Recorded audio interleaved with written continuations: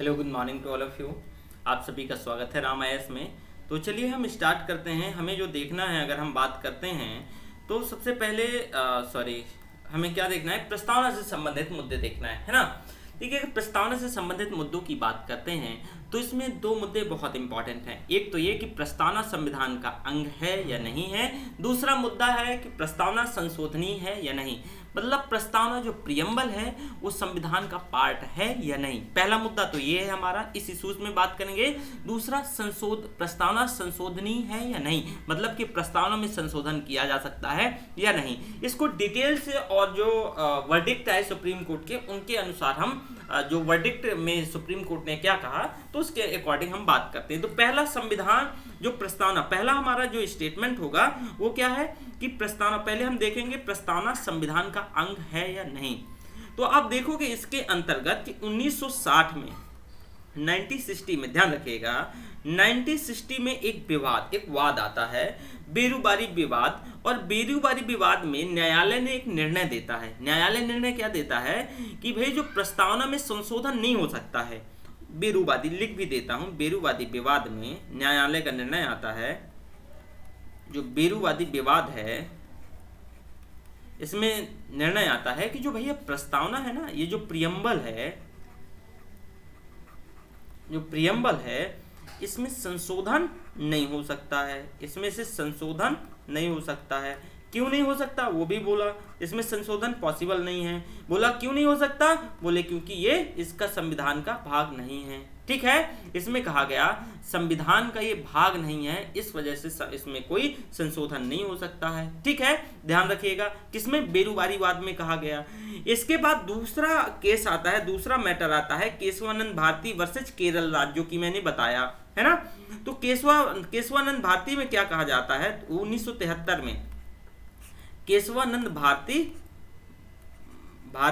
Versus Kerala राज, इसमें क्या कहा जाता है, इसमें कहा जाता है कि भैया ये जो केशवानंद भारती वर्ष 1973 में ये आता है, 1973 में, इसमें कहा जाता है प्रस्तावना संविधान का अंग है। ध्यान रखिएगा, बेरूवादी 1960 में कहा जाता है preamble not a part of constitution, that's why we are unable to trite the constitute to the preamble. ठीक है, हम उसे क्या है, नहीं कॉन्स्टिट्यूट अर्थात संशोधित नहीं कर सकते हैं क्योंकि उसका पार्ट नहीं है। ठीक है, प्रियम्बल में, मतलब कि जो प्रियम्बल है, जो प्रस्तावना है, ये उसका पार्ट नहीं है, हम इसको चेंज करने में, संशोधन करने में सक्षम नहीं है, अनेबल है। ठीक है, किसमें कहा जाता है, बेरूबारी, जो बेरूबारी विवाद 1960 में होता है।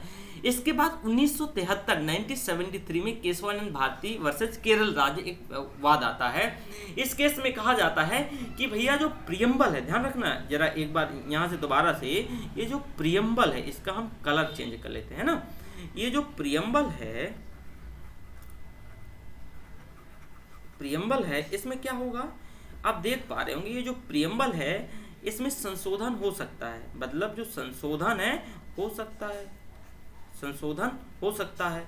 और अगर संशोधन क्यों होगा, क्योंकि बोलता है कि इसका पार्ट है। ठीक है, किसका, ये संविधान का भाग है, इस वजह से संशोधन हो सकता है। ठीक है, तो ये केस आते हैं। इसके बाद अगर हम बात करते हैं तो वही मिनर्वा मिल्स बनाम भारत संघ, एक तीसरा केस आता है। ध्यान रखिएगा, तीसरा केस में मिनर्वा मिल्स बनाम भारत संघ में जो तीसरा केस आता है, इसमें ये 1980 में एक केस आता है, मिनर्वा मिल्स बनाम भारत संघ, मिनर्वा मिल्स बनाम भारत संघ। इसमें क्या कहा जाता है कि भैया जो प्रियम्बल है, यानी जो प्रस्तावना है, इसमें क्या है, संशोधन पॉसिबल है, इसमें संशोधन हो सकता है। ठीक है, साथ ही साथ ये संविधान का भाग भी है। तो वही जो केशवानंद भारती में कहा गया, वही सारी चीजें मिनर्वा मिल्स में भी बोली गई कि भैया ये जो प्रियम्बल है, जो प्रस्तावना है, प्रस्तावना में संशोधन हो सकता है, बशर्ते मूल ढांचे का ध्यान रखना होगा। ध्यान रखिएगा, इसमें यह भी कहा गया कि संशोधन कर सकते हो मूल ढांचे का ध्यान में रखते हुए, और इस संविधान का पार्ट भी है। प्रस्तावना में मतलब संशोधन भी होगा।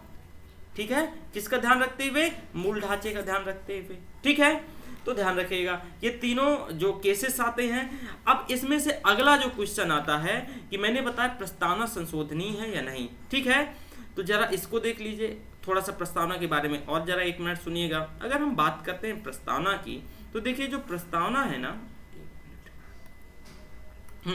तो जब हम प्रस्तावना की बात करते हैं तो हम ब्लैक ले लेते हैं, इसलिए अच्छे से दिखता है। जब हम प्रस्तावना की बात करते हैं तो वर्तमान की स्थिति क्या है, अगर हम वर्तमान की स्थिति देखें, ठीक है, प्रस्तावना के बारे में, वर्तमान स्थिति, प्रस्तावना स्थिति, ठीक है, प्रस्तावना के लिए क्या वर्तमान स्थिति है, प्रस्तावना संविधान का अंग है।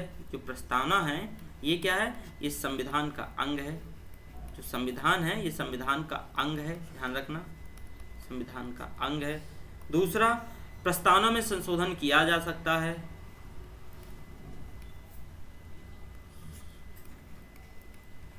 प्रस्तावना में संशोधन किया जा सकता है, वर्तमान की स्थिति है, ध्यान रखना, संशोधन किया जा सकता है, ठीक है।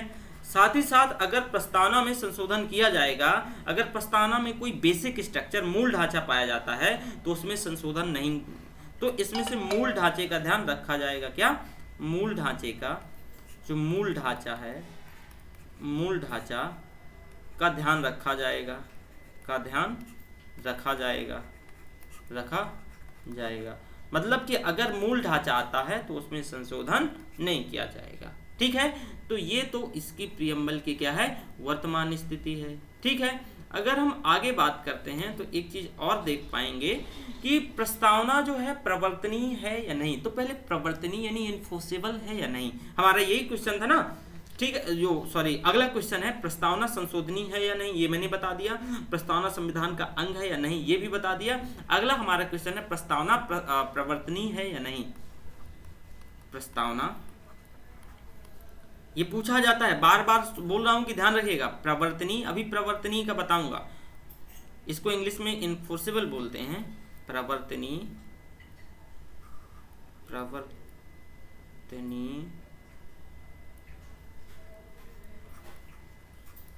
है या नहीं, है या नहीं, ठीक है। प्रवर्तनीय का मतलब क्या होता है, इस वर्ड को जरा पकड़िएगा, इसका इंग्लिश मतलब है इन्फोर्सेबल,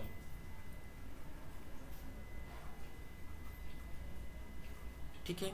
इंग्लिश इन्फोर्सेबल मतलब कि प्रवर्तनीय से मतलब है कि उन प्रावधानों से जिन्हें लागू करना मैंडेटरी है, बाध्यकारी है, वैसे प्रावधान जिन्हें आपको लागू करना ही होगा। अगर आप लागू नहीं करते हैं तो कोई भी न्यायालय जाके, सुप्रीम कोर्ट, हाई कोर्ट जाके क्या करवा लेगा, इन्हें इन्फोर्सेबल करवा लेगा, प्रवर्तनीय करवा लेगा, अर्थात लागू करवा लेगा।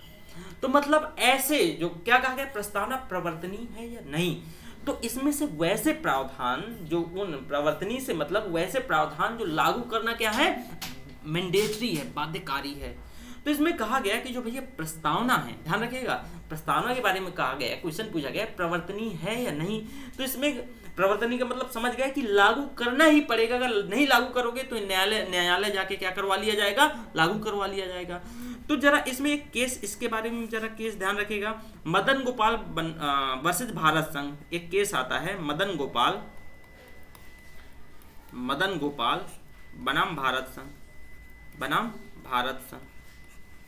इसमें क्या बात करी जाती है, मदन गोपाल बनाम भारत संघ की बात करी जाती है ना। इसमें कहा जाता है कि भैया इस मामले में न्यायालय में निर्धारित किया गया कि प्रस्तावना प्रवर्तनीय नहीं है। इस केस में कहा गया कि जो प्रस्तावना है वो क्या है, जो प्रस्तावना है वो क्या है, वो प्रवर्तनीय नहीं है। मतलब अगर इसके कोई प्रावधान लागू नहीं होते हैं, ध्यान रखिएगा, इसके कोई प्रावधान लागू नहीं होते हैं तो आप क्या करवाओगे, इसे जाके न्यायालय में लागू नहीं करवा सकते हो। अब आपके दिमाग में एक क्वेश्चन तो आ रहा होगा कि भैया इसमें जो समाजवाद, पंथ निरपेक्षता, लोकतंत्र, गणराज्य, इसमें इतने शब्दों की बात करी गई है, तो अगर मान लो कि जो लोकतंत्र को छेड़ा जाए, क्योंकि कहा जाता है अगर मान लो इसे खत्म किया जाए, और ये भी कह रहे हो कि प्रवर्तनीय नहीं है, तो जरा ध्यान रखिएगा, मैंने क्या बोला था, लोकतंत्र this is a part of basic structure, ठीक है। ये किसका पार्ट है, लोकतंत्र, जो democracy just lie of basic structure of the constitution in India, right. तो मतलब भारत के जो संविधान का एक बेसिक स्ट्रक्चर है, इस वजह से इसमें कोई छेड़छाड़ नहीं की जा सकती। तो आपको ये तो समझ आया कि जो प्रियम्बल है वो प्रवर्तनीय नहीं है, मतलब इन्फोर्सेबल नहीं है। अगर ये लागू नहीं भी होती है तो आप कुछ नहीं कर पाओगे। ओके, तो ये भी आपको समझ आ गया। अब ध्यान रखिएगा, प्रवर्तनीय का मतलब कि जो न्यायालय जाके लागू करवाया जा सके अगर आप सरकार लागू नहीं करती है। अब इसके संबंध में कुछ स्टेटमेंट भी हैं, जरा उन स्टेटमेंट को देख लेते हैं, फिर इसके बाद हम इसको क्या कर सकते, इस क्लास को क्या करते हैं, खत्म करते हैं। आप देखोगे जो संविधान की राजपत्री के एम मुंशी कहते हैं, ये स्टेटमेंट ध्यान रखिएगा, पूछे जाते हैं। के एम मुंशी कहते हैं प्रस्तावना को ये देश की राजनीतिक जनपत्री है। लिख लीजिए, के एम मुंशी कहते हैं, के एम मुंशी क्या बोलते हैं, के एम मुंशी कहते हैं ये देश की राजनीतिक जनपत्री, देश की राजनीतिक जन्मपत्री, ठीक है। संविधान की कुंजी, अगला अर्नेस्ट बारकर कहते हैं, क्या कहते हैं, अर्नेस्ट बारकर गजेंद्र गढ़कर, बारकर क्या कहते हैं, ये कहते हैं कि संविधान की कुंजी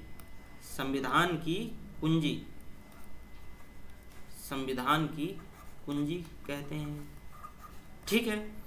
अब जो ठाकुरदास भार्गव हैं, इनका भी नाम सुना ही होगा, ठाकुरदास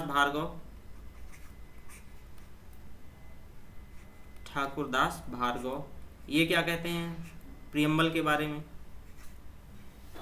सॉरी ये गा है, ध्यान रखिएगा, ठाकुरदास संविधान की आत्मा कहते हैं। ये क्या कहते हैं, जो ये है संविधान की आत्मा है, संविधान की क्या है, आत्मा है, ठीक है। अर्नेस्ट बारकर क्या कहते हैं, आगे कहते हैं कि सोशल एंड पॉलिटिकल थ्योरी, तो उसमें आप देखोगे बारकर ने अपनी पुस्तक उनकी एक पुस्तक है सोशल एंड पॉलिटिकल थ्योरी, उसमें बारकर ने अपनी पुस्तक को भूमिका में भारत के संविधान को प्रस्तावना को क्या किया, उद्धृत किया और उसका उल्लेख भी किया है। वहीं संविधान की अगर हम बात करते हैं तो संविधान की जो प्रस्तावना है, प्रियम्बल है, प्रस्तावना में केवल एक बार संशोधन होता है और इसमें जो संशोधन होता है वो 42वां संविधान संशोधन, कॉन्स्टिट्यूशनल अमेंडमेंट 42 कॉन्स्टिट्यूशनल अमेंडमेंट। इसमें से 3 शब्द 1976 में, ध्यान रखिएगा 1976 में इसमें 3 शब्द जोड़े जाते हैं, समाजवाद, क्या समाजवाद, पंथ निरपेक्षता और अगला अखंडता,